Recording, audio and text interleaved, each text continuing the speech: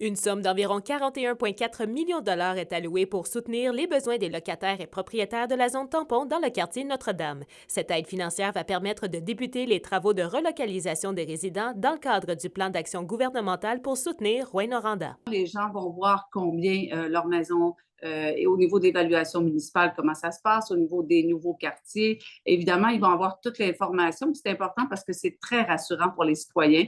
On avait fait l'annonce en mars 2023 d'un plan d'action à la hauteur de 88 millions. Aujourd'hui, le plan est rendu à 90 millions parce qu'on ajoute des montants pour le développement économique, pour l'image de la municipalité.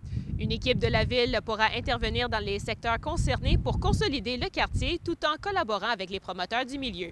Des logements abordables et sociaux seront aussi disponibles. J'ai travaillé avec l'OMH, l'Office municipal d'habitation, Alain Poirier, parce que j'ai tout le temps dit que les gens qui ont besoin de logements sociaux, ils vont les avoir. Puis on a réussi à débloquer pour avoir, si nécessaire, 200-250 logements sociaux pour accompagner ceux qui étaient sur une liste d'attente et les nouveaux qui s'ajoutent avec la relocalisation de la zone tampon.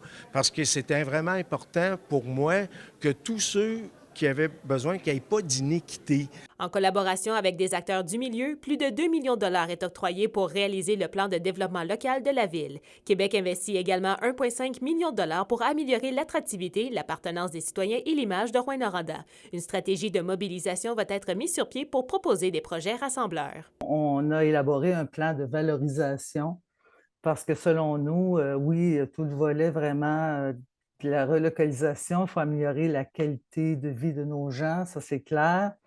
Mais il y a aussi le fait qu'il faut corriger les erreurs du passé.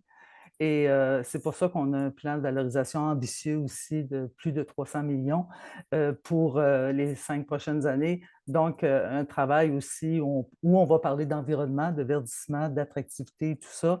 Alors, c'est pas le travail qui va manquer dans les prochaines années. Kimberly Hall, RNC Nouvelles, Rouyn-Noranda.